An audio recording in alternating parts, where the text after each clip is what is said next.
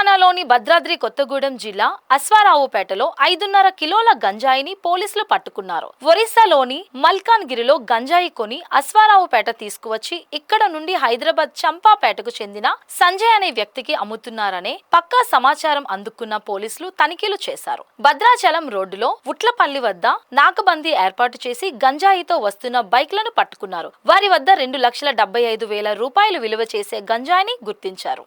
Aswaraopeta P Nagaraju స్టేషన్లో నిర్వహించిన media సమావేశంలో మాట్లాడుతూ ఇద్దరు ఫార్మసీ విద్యార్థులు సహా 7గురిని అరెస్టు చేసి రిమాండ్కు తరలించామన్నారు. విద్యార్థులు గంజాయి సేవించడానికి కొనుగోలు చేస్తున్నట్లు పోలీసులు గుర్తించామన్నారు. నిందితుల్లో అశ్వారావుపేటకు చెందిన వారు 3 కాగా మరో 3 ఆంధ్రాలోని ఏలూరు, ఎన్టీఆర్, గుంటూరు జిల్లాలకు చెందిన వారు ఉన్నారని తెలిపారు. వీరంతా గంజాయిని హైదరాబాద్ వంటి మహానగరాలకు అధిక మొత్తంలో సప్లై చేస్తున్నట్టు తెలిపారు. ఈ కేసులో హైదరాబాద్కు చెందిన పాత నేరస్తుడు సంజయ్ పరారీలో ఉన్నాడని తెలిపారు.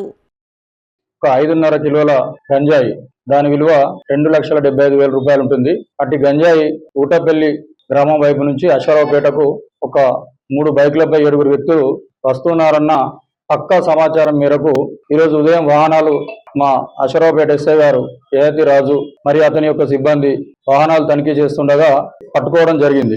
పట్టుకొని విచారించితే వాళ్ళ వద్ద ఒక 5.5 కిలోల గంజాయి, 3 బ్యాగులలో, అదేవిధంగా ఒక 6 సెల్ ఫోన్లు, 3 బైకులు స్వాధీనం చేసుకున్నాం. వీళ్ళను రెడ్ హ్యాండెడ్ గా గంజాయితో పాటుగా పట్టుకోవడం జరిగింది. ఇంకా వీళ్ళకు సప్లై చేసినటువంటి ఒరిస్సా మల్కాన్గిరి జిల్లాకు చెందినటువంటి రాము వద్ద కొనుగోలు చేసినట్టుగా మాకు వీళ్ళు తెలియజేయడం జరిగింది. దాని ప్రకారంగా వీళ్ళే కాక ఇంకా మరికొంతమంది కూడా దీంట్లో ఇన్వాల్వ్ అయినట్టుగా మాకు ఇన్వెస్టిగేషన్ లో తెలిసింది.